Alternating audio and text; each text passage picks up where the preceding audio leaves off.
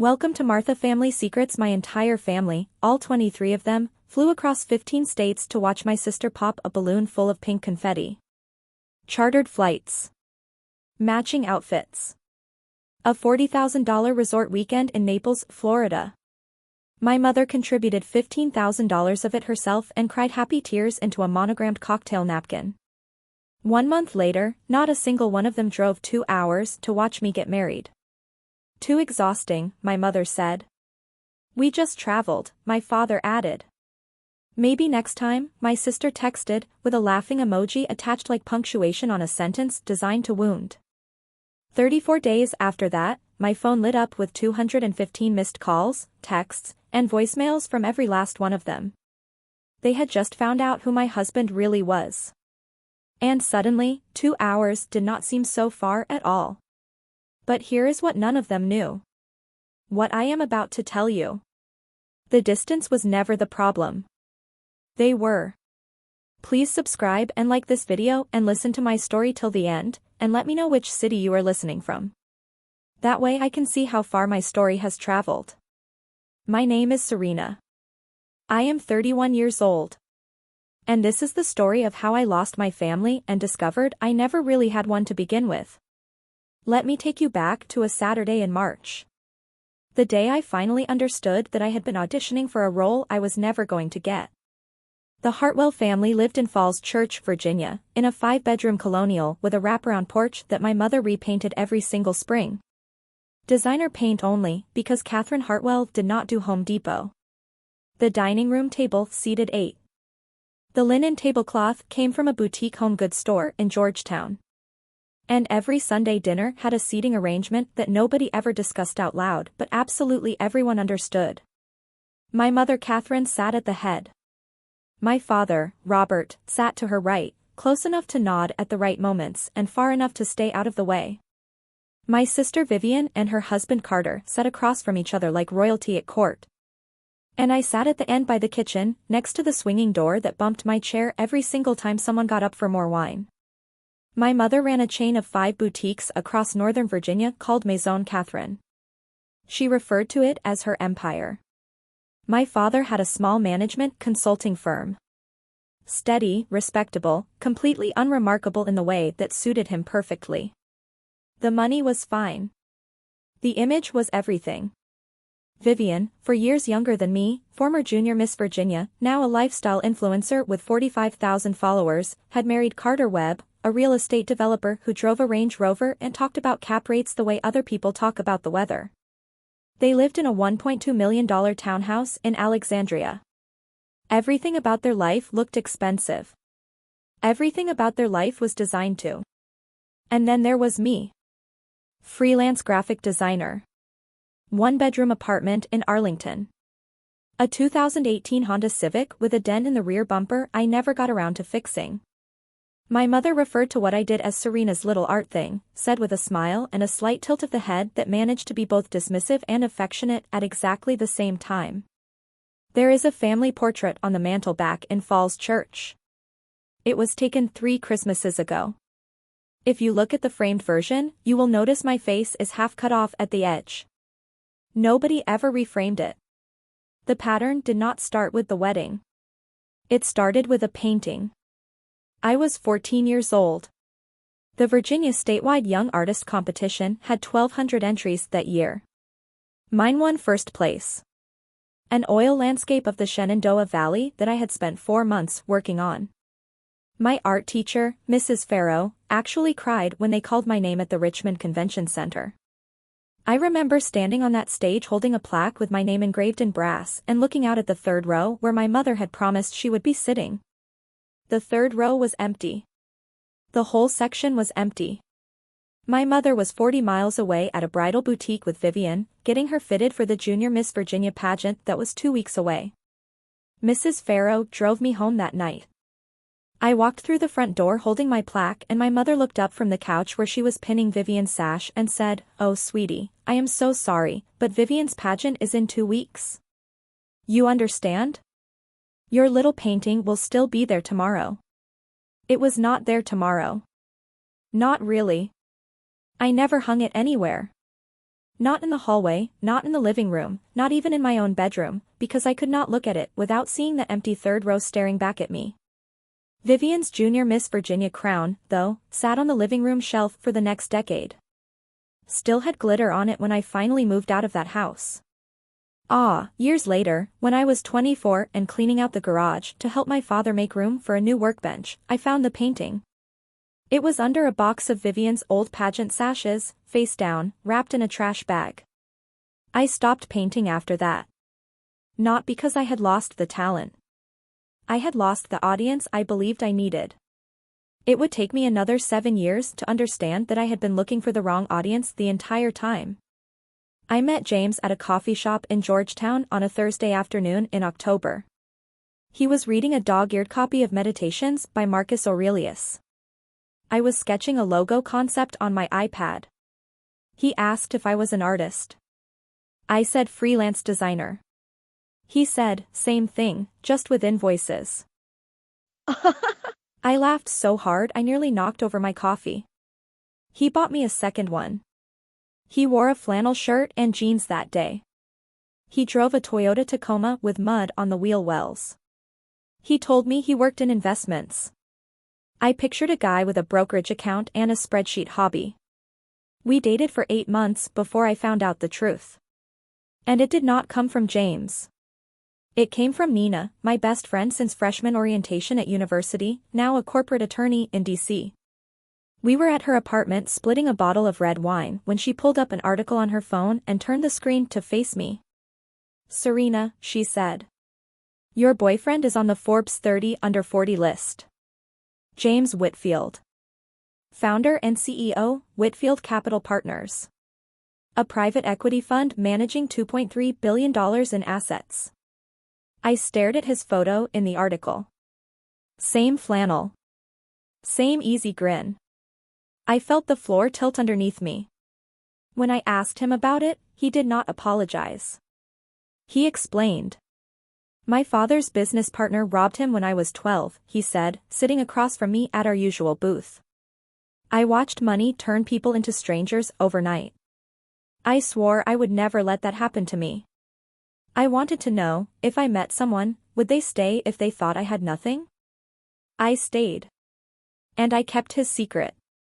Not for him. For me. I wanted my family to love me for me, not for what my husband's name was worth. Nina warned me clearly. If your family ever finds out, she said, they will suddenly become very interested in you. I told her she was being cynical. She told me she was being accurate. James proposed on a Saturday morning. No restaurant, no skywriting, no performance. Just the two of us on a bench at Great Falls Park watching the river crash over the rocks below. The ring was a sapphire, salon blue, 3 carats set in platinum. To anyone who actually knew stones, it was extraordinary. To my family, it looked nice. I posted a photo to the family group chat that evening. Ring on my finger, James's arm around me, the falls behind us. I typed, he asked, I said yes. My mother's response came 14 minutes later. That is nice, sweetie. And then immediately, girls, has anyone finalized the color palette for Vivian's reveal? I am thinking blush and gold. Thoughts? That was it. That was my engagement announcement in the Hartwell family group chat. When Vivian had gotten engaged 2 years earlier, my mother hired a professional photographer to capture Carter on one knee at the Jefferson Memorial. She threw an engagement party for 80 people at the country club. She posted 14 times on social media in a single weekend. I know because I liked every single one of them. For me, a heart emoji and a pivot to balloon colors. I sent out wedding invitations 3 months before the date. Willowmere Vineyard, Virginia. A beautiful property in the Shenandoah foothills, exactly 1 hour and 50 minutes from Falls Church by car. I chose it because the wisteria bloomed in March and the ceremony arbor overlooked the Blue Ridge Mountains. Also because it was close to home. Easy for everyone. No planes required. 6 weeks passed. Not a single RSVP came back. I started calling. My father picked up on the third ring and hemmed for 30 full seconds before he said, "Your mother thinks it might conflict with Vivian's schedule." "Vivian's baby is not due for 4 months, Dad." Silence. Long, heavy, familiar silence.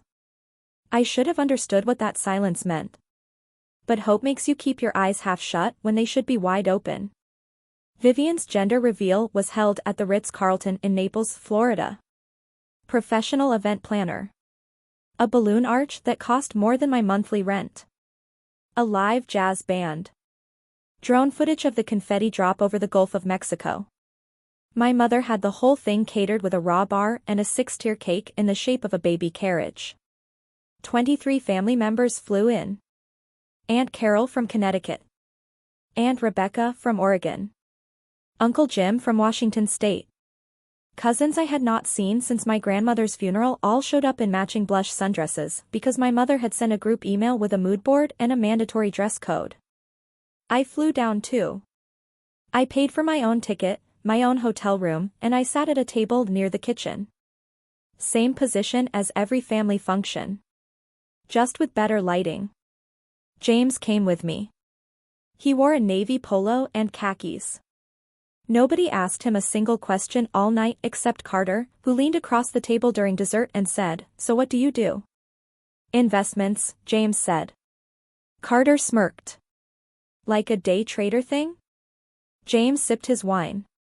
"Something like that."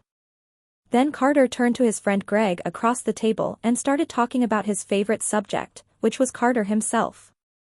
"I am trying to get a meeting with Whitfield Capital," he said, loosening his tie. "Biggest private equity fund doing coastal development on the East Coast. If I land them, we are talking generational wealth." He slapped the table. "Whoever runs that fund, I would kill to get 15 minutes with him." James was sitting 3 feet away. I squeezed his hand under the tablecloth. He did not even flinch. That man is genuinely unshakable. I overheard my mother near the cake table telling Aunt Carol the total cost of the party. $40,000. She had contributed $15,000 herself. "Nothing but the best for my Vivian," she said, dabbing her eyes with a monogrammed napkin.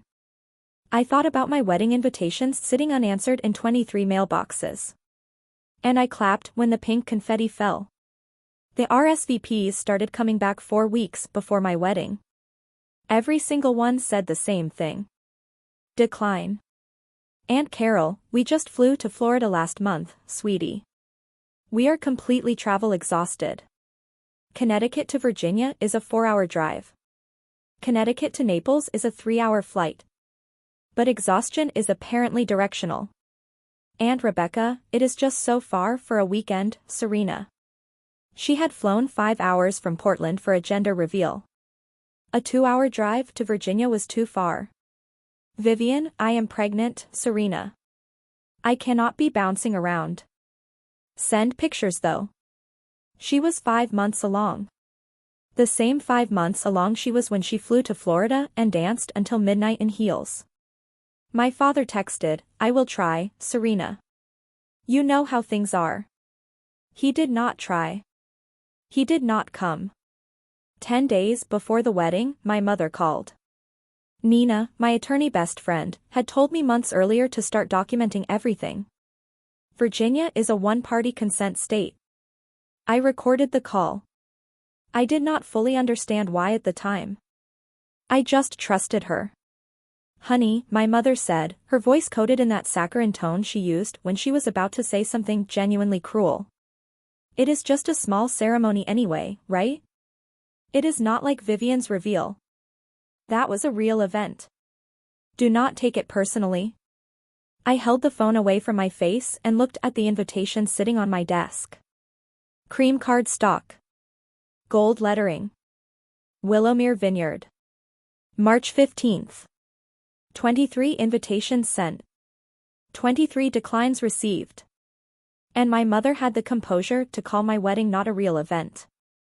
I did not cry that night. I opened my laptop and screenshotted every text, every RSVP card, every excuse. I saved them all in a folder on Google Drive. Nina had told me, document everything. Not for revenge. For clarity. I did not know yet just how clear things were about to become.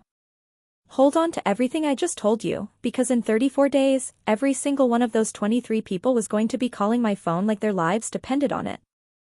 Willowmere Vineyard sat on 32 acres of rolling green in the Shenandoah foothills. The ceremony arbor was draped in wisteria, purple and white, cascading like something out of a painting I might have made once, back when I still believed someone was watching. 60 white chairs. 30 on the left for James's side. 30 on the right for mine. James's side filled up by 3:15 in the afternoon.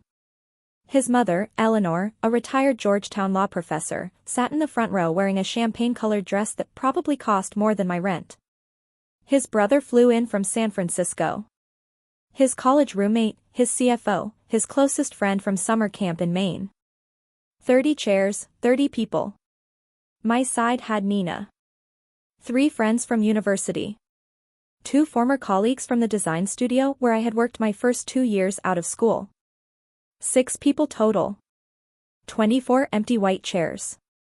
The wedding planner, a kind woman named Darcy who had been professionally cheerful since 7 in the morning, touched my elbow gently and whispered, "Should we rearrange the seating?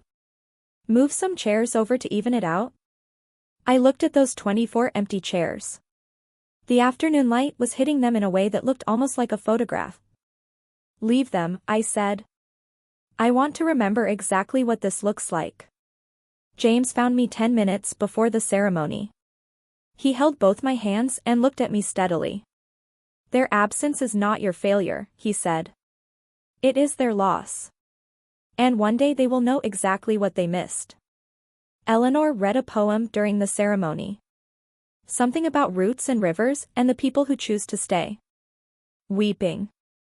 I could not stop the tears and I did not try to. Not from sadness exactly, but from the sharp sudden clarity that I had spent 31 years begging for love from people who simply did not have any to give. After the ceremony, while guests drank Virginia wine under the arbor, Nina pulled me aside. She held up her phone. My mother had posted a social media story that same afternoon. A photograph of brunch with Vivian at a cafe in Alexandria. Caption, Mother-Daughter Day. Same day. Same afternoon. 2 hours away. Eggs Benedict instead of her eldest daughter's wedding. I left those 24 chairs empty on purpose. Not as a guilt trip. As a receipt. 3 days later I was still in the family group chat. I had not left. Partly out of habit, partly because I wanted to see what they would say when they finally addressed it. What they said was worse than silence. Vivian sent the first message. "So how was the little wedding? Did you do the Pinterest thing?" My mother replied immediately. "I am sure it was lovely, sweetie. Send pictures when you get a chance." No mention of her absence. No acknowledgement. No apology. Just the serene assumption that my wedding had been a footnote and the story had already moved on without me. Carter added, "Heard you married some investment guy. Good for you. Day trading must be exciting."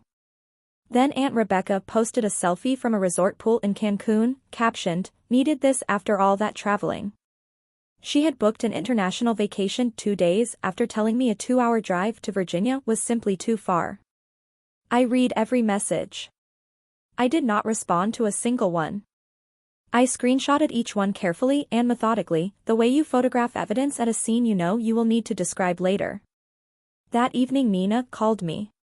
"Serena, you okay?" I was sitting on the couch in my Arlington apartment, laptop open, messages glowing on the screen. James was in the kitchen making dinner, giving me the space he always seemed to know I needed without being asked. "I am done hoping," I said. "And I am done being quiet about it."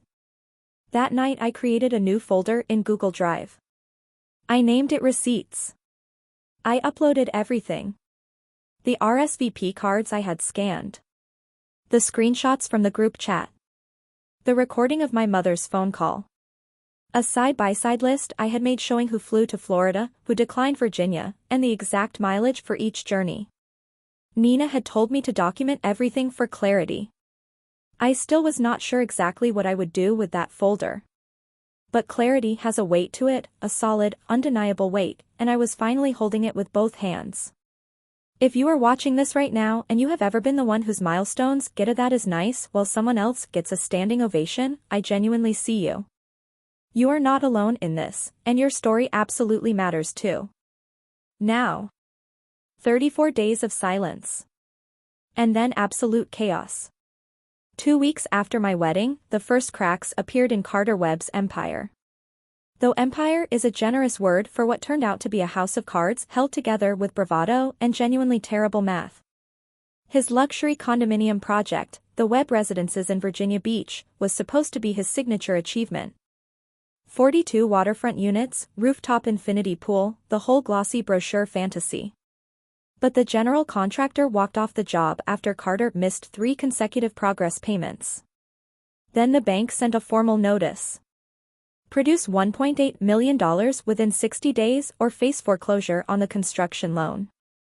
Carter started making calls. He contacted 12 private equity funds in 2 weeks. 11 rejected him after due diligence turned up what any competent accountant would have caught immediately. Overvalued collateral. Missing insurance bonds. And $340,000 in operating expenses with not a single receipt attached. The 12th fund had not responded yet. That fund was Whitfield Capital Partners. They specialized in distressed assets. They were the last open door, and Carter was crawling toward it. If I do not get this meeting, we lose everything, he told Vivian on the phone one evening. His voice cracked. The townhouse, the cars, everything. Meanwhile, my mother's boutique chain was hemorrhaging. 2 of her 5 Maison Catherine locations had seen revenue drop 40%. Lease renewals were coming due and her landlords were not in a negotiating mood. She needed a cash infusion of at least $200,000. Money she did not have and could not borrow. And my father, quiet, passive Robert, had just lost his firm's largest consulting client without yet understanding that the client had connections to James's professional network. That is the thing about dominoes. You do not hear them falling until the very last one hits the floor. The family that could not find 2 hours to drive to my wedding was about to discover that the answer to every single one of their problems had been sitting across from them at a gender reveal party in Naples, Florida. It happened on a Tuesday. Carter's business partner, Greg Mitchell, was putting together a pitch deck for Whitfield Capital. Standard preparation work. Research the fund. Study the portfolio. Find an angle. He pulled up the firm's website and Googled the CEO. The Forbes article loaded first. 30 under 40 in private equity. A profile photo. Clean-shaven. Confident. Wearing a sport coat over a white shirt. The same face. The same quiet half-smile. The same eyes Greg had seen at a dinner table in Naples 3 months earlier sitting next to me in a navy polo while Carter talked about himself. Greg stared at his screen. Then he turned his laptop toward Carter and said, "Is this not the guy from your wife's sister's wedding invite? The one in the flannel at the gender reveal?" Carter leaned in. His face went from confused to completely white in under 3 seconds. He grabbed his phone and called Vivian. Vivian called my mother. My mother called my father. My father opened his laptop and typed James Whitfield, Whitfield Capital Partners, and the Bloomberg profile confirmed everything. Assets under management, $2.3 billion. Founder and CEO, James Whitfield. I know all of this because Vivian told Carter, Carter told Greg, Greg told a mutual acquaintance, and the mutual acquaintance eventually told Nina. What struck me when Nina relayed the whole chain of events over the phone 2 days later was what nobody in that entire chain said. Not one person said we should have been at her wedding. Not one. The very first words out of my mother's mouth, according to Vivian's retelling, were, "This changes everything. Call her. Be nice. Be nice." After 31 years of being invisible, my mother's instruction to the family was not apologize. It was be strategic. I sat with that for a long time afterward, turning it over in my hands like something sharp. I am not sure which hurt more. The original absence or the calculated return. Do not go anywhere. Because what happened on that Saturday morning 34 days after my wedding is something I will not forget for the rest of my life. Day 34. A Saturday morning in late April. I woke up to my phone vibrating on the nightstand like it was trying to escape the room. The screen was dense with notifications. A wall of names I had not seen light up in over a month. I picked it up and scrolled. 47 missed calls. 89 text messages. 31 voicemails. 48 emails and messages. 215 points of contact from people who could not find 2 hours to drive to Willowmere. My mother, 12 calls and 3 voicemails. Serena, baby, call me back. I miss you so much. Let us do lunch this week. Bring James. We would love to get to know him better. Vivian, oh my goodness, Serena, why did you not tell me? James is like famous. We should all get together. Carter would absolutely love to meet him properly. Carter, the same man who had called James a day trader 3 months earlier, left a voicemail that sounded like he had rehearsed it in the mirror for an hour. Hey, Serena, it is Carter. Listen, I think James and I got off on the wrong foot at the reveal. I would really love to buy him a drink. Talk shop. Man to man. Aunt Carol, who had been travel exhausted. We feel so terrible about missing the wedding. When can we come visit? Aunt Rebecca, fresh off Cancun. Serena, thinking of you. Let us plan something really soon. My father sent a single text. I am sorry, Serena. I should have been there. He was the only one who mentioned the wedding. But even his timing, 34 days later, the exact same week the Forbes article circulated through the family, felt less like remorse and more like recalculation. James sat beside me on the bed, reading over my shoulder. He did not tell me what to do. He just said, your call. Whatever you decide, I am with you.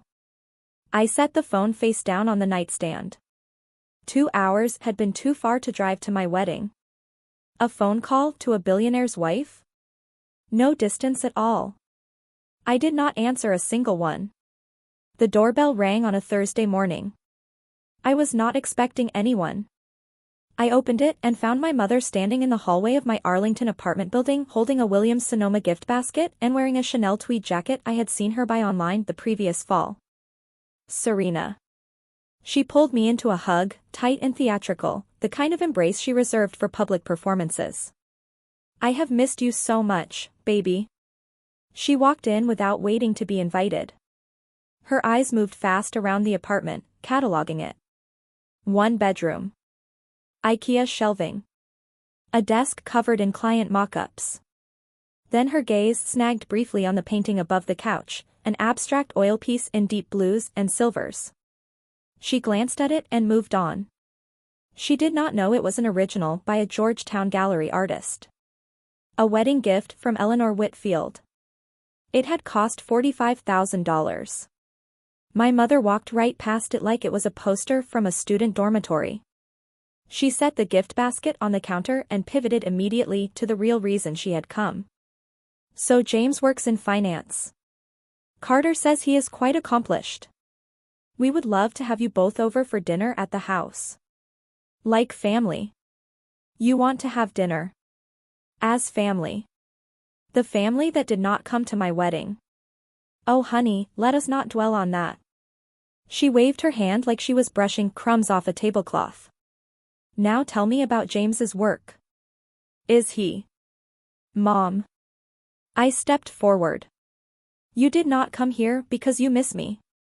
You came because you Googled my husband. For 1 second, the mask slipped. I saw the flash of irritation she normally reserved for store managers who questioned her returns. That is unfair, Serena. I am your mother. Then act like one. I held the door open. She stood there for 3 full seconds before she picked up the gift basket and left.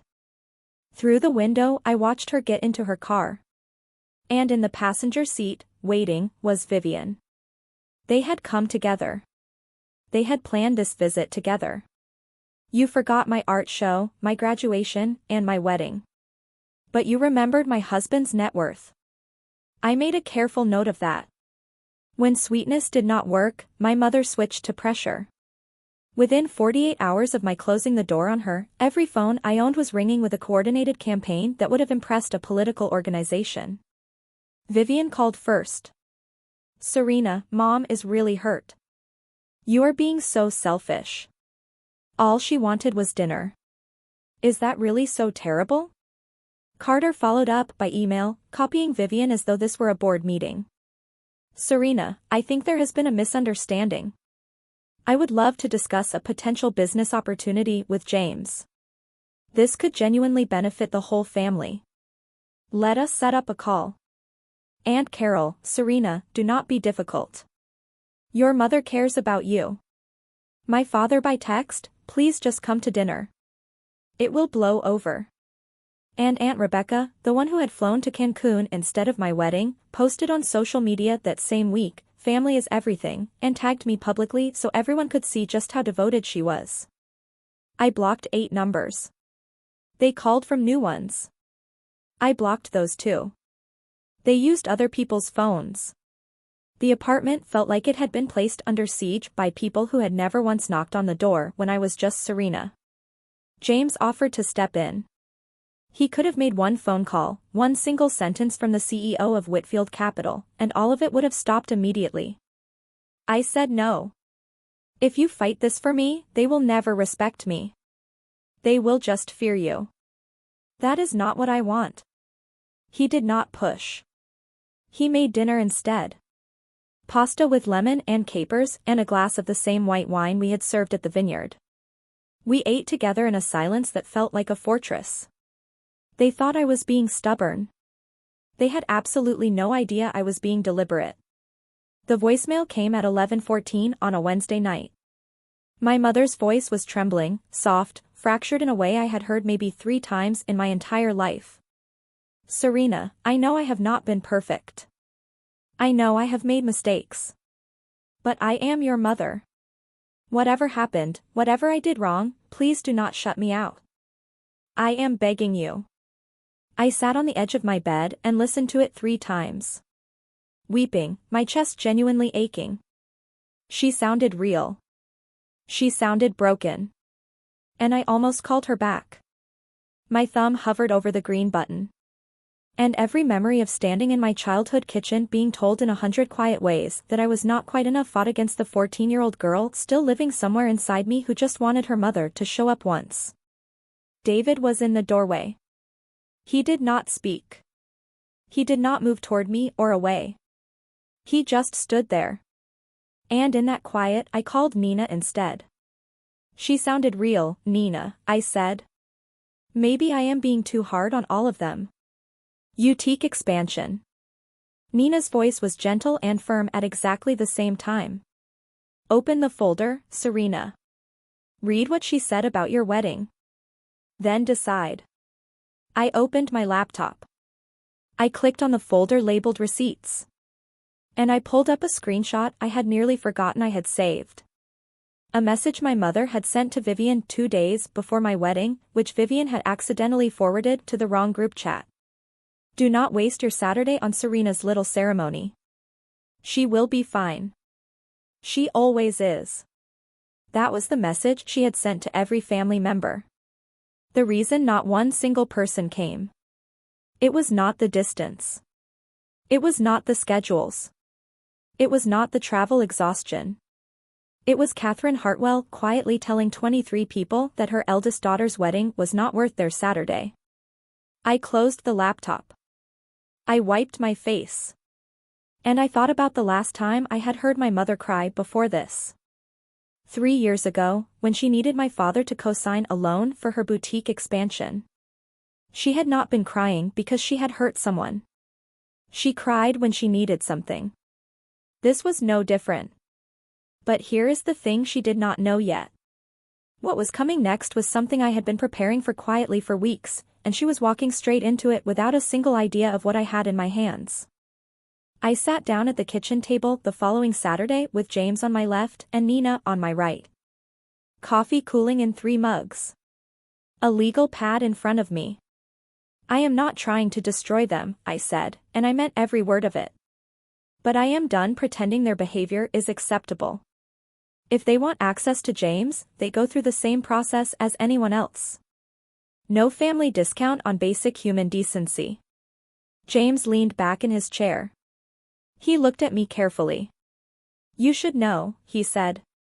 Carter submitted a pitch deck to Whitfield Capital 2 weeks ago through the standard intake process. My acquisitions team flagged it.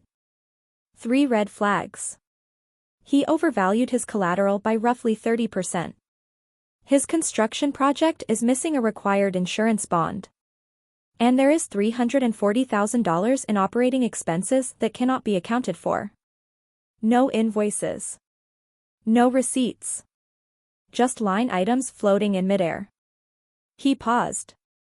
My team was going to reject it before any of this. The numbers simply do not work. Nina looked at me. So the deal dies entirely on its own merits. Exactly, James said. I did not reject him because of Serena. I rejected him because his business is not financially sound. That distinction matters both legally and personally. I nodded. The plan I had was not complicated. I did not need to scheme or manipulate. I just needed to stop intervening. Stop smoothing things over. Stop being the invisible bridge between my family's problems and solutions they had not earned. There was one thing, though.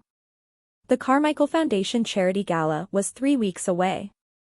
James was receiving the Leadership Award. 400 guests, black tie. If my family found out, and I was absolutely certain they would find a way to be there. Nina slid a slim binder across the table. Inside, printed screenshots, scanned RSVP cards, the mileage comparison chart. Just in case, she said. This is not a weapon. It is a mirror. I did not need revenge. I just needed them to stop lying to themselves about who they were. The rejection letter arrived at Webb Development Group on a Monday. Delivered on cream Whitfield Capital letterhead, cotton stock, embossed logo, signed by the VP of Acquisitions. Not James. Standard operating procedure. The CEO never signed deal rejections. But Carter did not know that. The letter was 3 precise paragraphs of professional courtesy wrapped around a final verdict. After thorough due diligence review, the risk profile of the Webb residences does not meet our current investment criteria. Specifically, overvaluation of pledged collateral, inadequate construction insurance bonds, and unresolved discrepancies in reported operating expenses. Carter read it standing in his office. Then he sat down. Then he put his head in both his hands. He called Vivian that afternoon. Through the chain that always eventually reached Nina, I learned it was the first time Vivian had ever heard Carter cry. That evening he tried to reach James directly, calling the main Whitfield Capital office line. The receptionist was polite and immovable. Mr. Whitfield does not accept unsolicited calls. If you would like to submit a formal inquiry, I can provide the appropriate email address. Carter hung up. He sat in his car in a parking garage for 20 minutes. Then he called my mother. I need Serena to get James to reconsider, he said. If she does not do this, we are done. We lose the townhouse. We lose everything. My mother, the woman who told 23 people not to come to my wedding, said 4 words. Leave it to me. Within a week she had purchased a table at the Carmichael Foundation Charity Gala. $5,000 for a seat in the same room as the son-in-law she had never once bothered to meet. $5,000 to fix what 2 hours of driving could have prevented entirely. The irony sat in my chest like a stone. While Carter scrambled, my mother's own empire was cracking. Maison Catherine had 5 locations across Northern Virginia. That spring, 2 of them received lease renewal notices with a 35% rent increase. The landlords were not negotiating. Online retail had been eating into her foot traffic for years, and my mother's response had been to simply ignore it entirely. The bitter part of this, I had offered to help.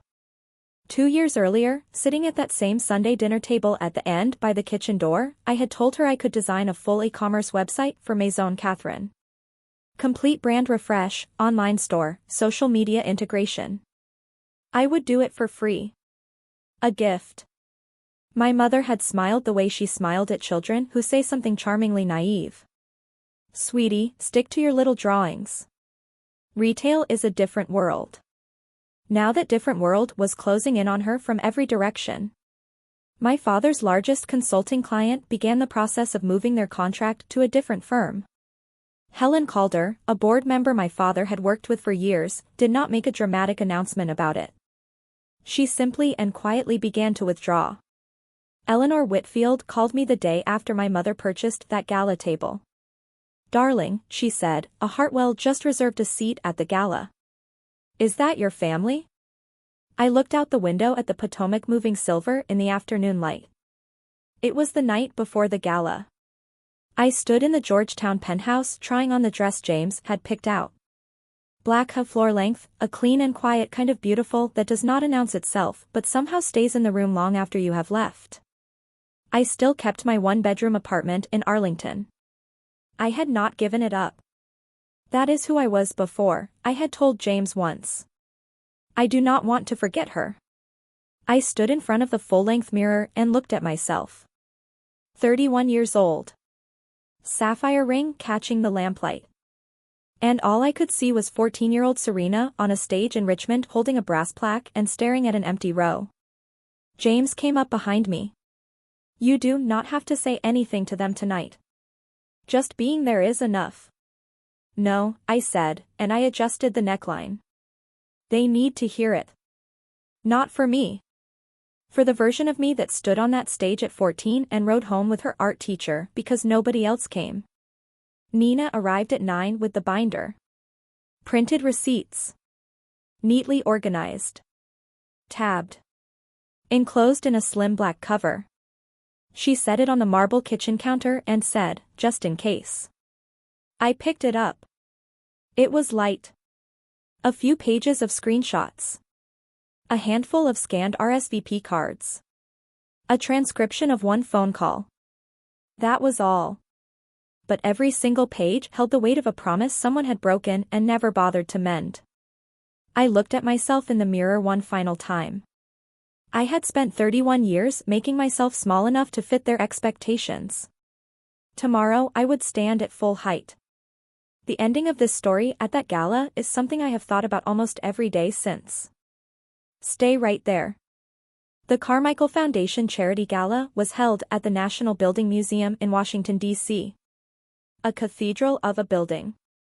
Corinthian columns rising 75 feet into a vaulted ceiling. 400 guests in black tie. A chamber orchestra near the south atrium. Champagne on every table. $500,000 raised for education nonprofits before the first speech was even delivered. James and I arrived by town car. He wore a custom tuxedo. I carried a small clutch just large enough for my phone and a few folded pages. Inside, the room hummed with a specific kind of quiet power. CEOs, fund managers, 2 sitting senators, a former cabinet secretary. They all knew James. They shook his hand, kissed my cheek, congratulated us. One silver-haired woman said, "You must be Serena. James never stops talking about you." And across the room, at a table pressed against the far wall like an afterthought, I saw them. My mother in a red dress from a department store, trying its hardest to look like something more. Carter in a suit that pulled across his shoulders. Vivian, 6 months pregnant, clutching her small handbag. My father sitting with his hands in his lap staring at the tablecloth. They had not seen me yet. They were scanning the room looking for the name on the program, the face from the Forbes article. They did not know I was already standing 20 feet away watching them search. The MC stepped to the podium. Ladies and gentlemen, please welcome tonight's honoree, the founder of Whitfield Capital Partners and this year's Carmichael Leadership Award recipient, James Whitfield.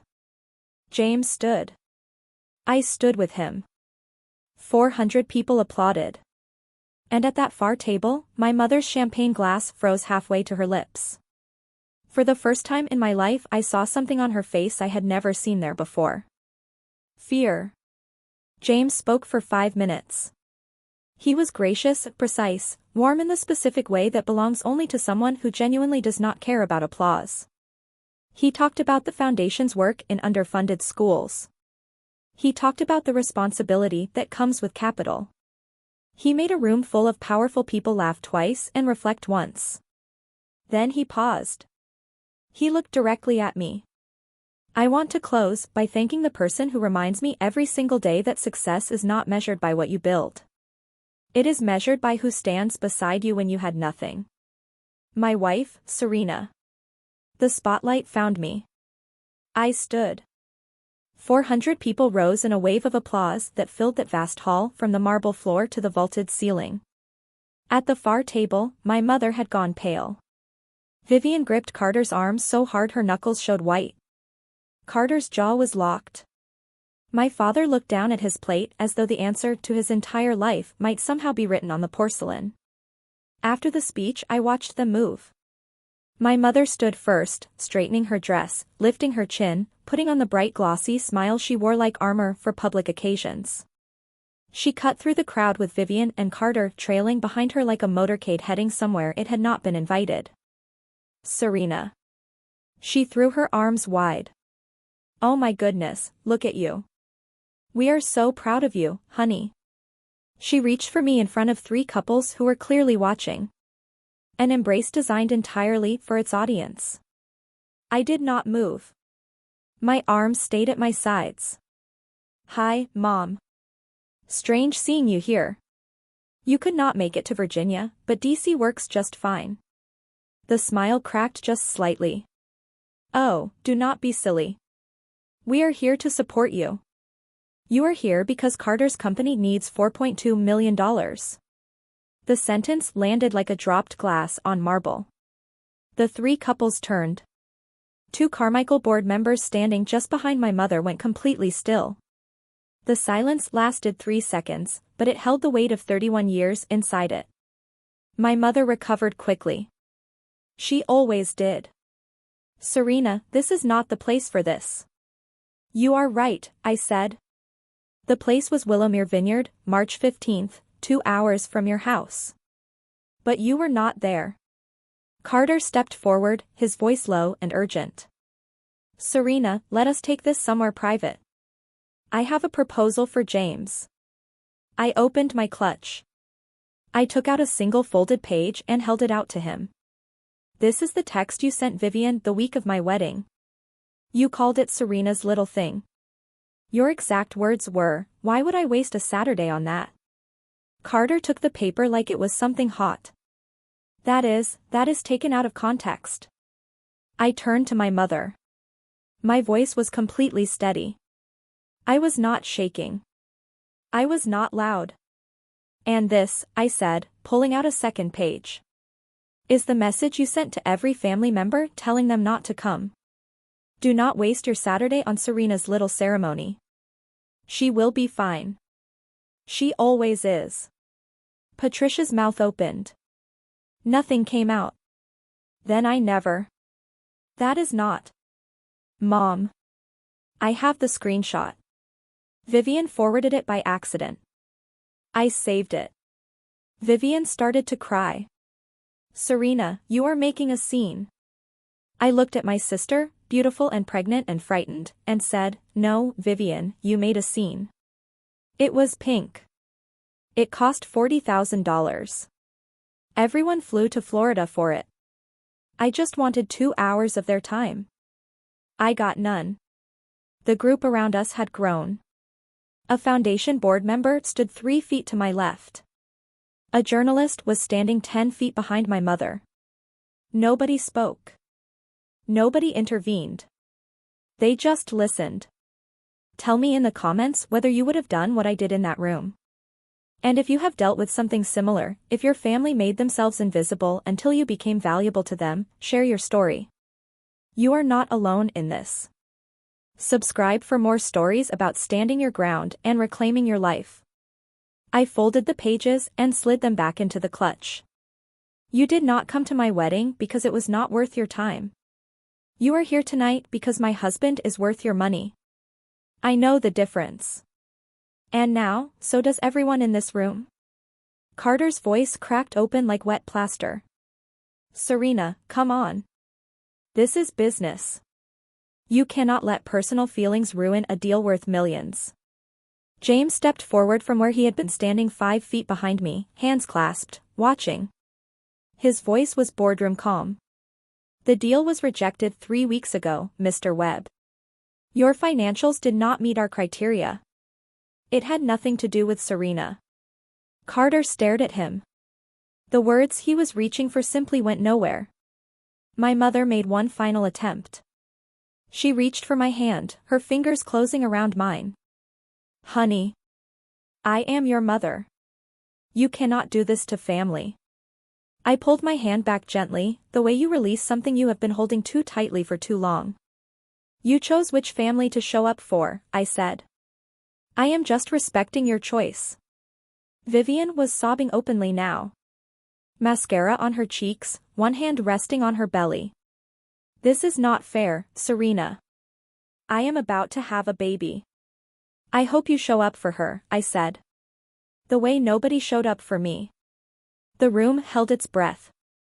My father had not spoken a single word. He stood at the edge of the group, slightly behind Carter, hands in his pockets. Then finally he said the thing he should have said 34 days earlier under the wisteria at Willowmere. Serena. I am sorry. I should have come. I looked at him. And for one brief, honest second, I wanted to believe him completely. I wanted to be the 14-year-old girl who still thought her father was just quiet, not complicit. I know, Dad, I said. But sorry 34 days late at a billionaire's gala is not sorry. It is strategy. I turned around, took James's arm, and walked to the main table where Eleanor Whitfield sat waiting, her smile small and warm and entirely real. Behind me, Catherine Hartwell stood in the middle of 400 people and for the first time in her life could not think of a single thing to say. The rest of the evening played out like a temperature map. Cold radiating from my family's table. Warm everywhere else. The 2 board members who had overheard the exchange moved quietly to opposite corners of the hall. Helen Calder, who happened to be my father's largest consulting client, leaned toward her husband and said something I could not hear. She did not look in my father's direction for the remainder of the evening. Carter tried once more, approaching a fund manager near the bar and pitching his project in under 60 seconds. The man sipped his bourbon, looked Carter up and down, and said, I think you should focus on your family situation first, Mr. Webb. Then he walked away.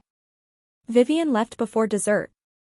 My mother had to be escorted to the lobby by my father after 3 glasses of champagne in 20 minutes. His face looked like it had been carved from stone. Meanwhile at our table, James introduced me to the director of the Carmichael Foundation. She was looking for a designer to rebrand their national education initiative. We talked for 40 minutes. She liked my portfolio. She liked my ideas. She never once mentioned James's name during the conversation. Eleanor squeezed my hand under the table. You handled that with more grace than they deserved, Serena. 1 week after the gala, the bank made it official. Carter had failed to secure replacement funding within the 60-day window. The construction loan on the Webb residences was foreclosed.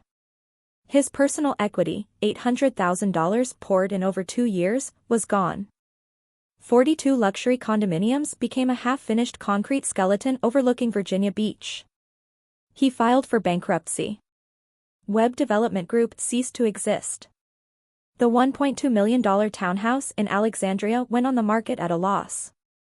Vivian packed what remained into my mother's SUV and moved back into the Colonial in Falls Church. And then the second crack opened. While sorting through Carter's company accounts during the bankruptcy filing, Vivian found what the Whitfield Capital due diligence team had already flagged. $340,000 in operating expenses with no receipts. She pulled the records. Credit card statements. Hotel invoices in cities where Carter had no active projects. Restaurant charges for two.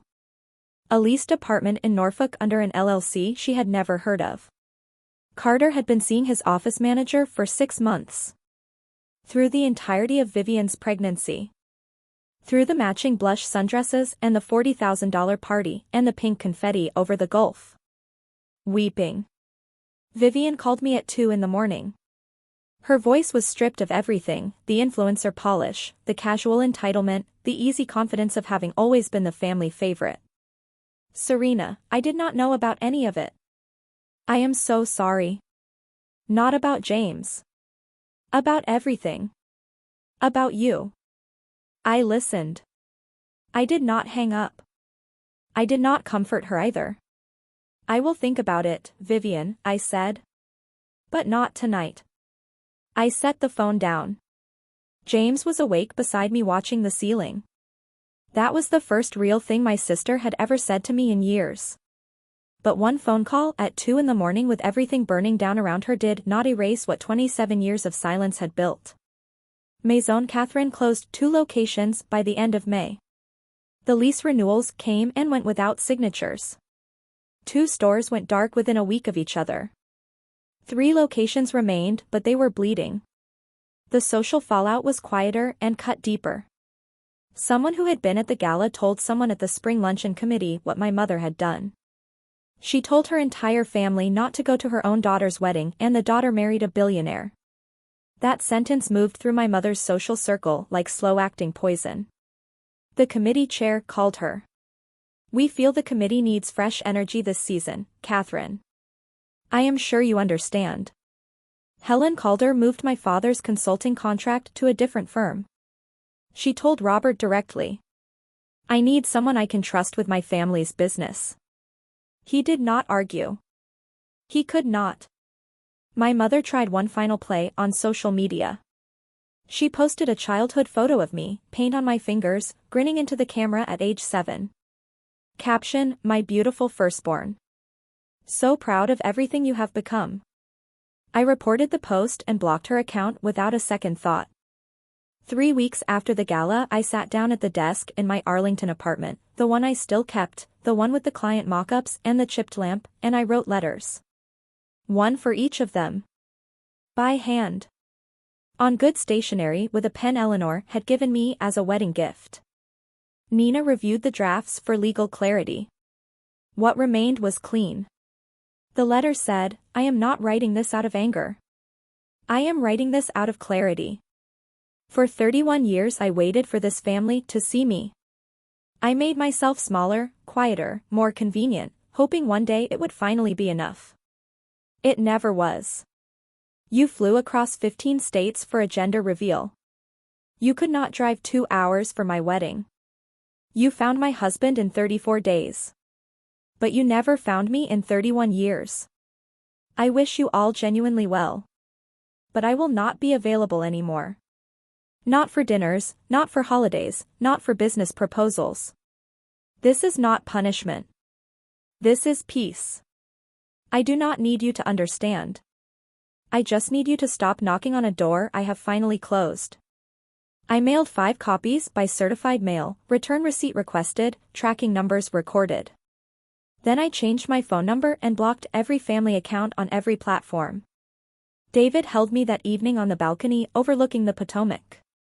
The river moved below us, dark and steady. I leaned into him and breathed, fully and deeply, and realized something I could not have explained to anyone who had not lived it themselves. For the first time in 31 years, I was not waiting for anyone to show up. And the quiet that followed was not emptiness. It was the sound of a door finally closing on the right side. 6 months later, here is where the dominoes had landed. Carter's bankruptcy was approved in August. His developer license was revoked due to documented financial mismanagement. The divorce followed in September. Vivian filed, citing the affair and the concealed debts. The asset division was brief because there was almost nothing left to divide. She had the baby in July.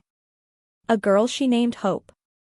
She moved in with my mother, took a part-time job at a retail store in Fairfax, her first regular paycheck since her pageant years.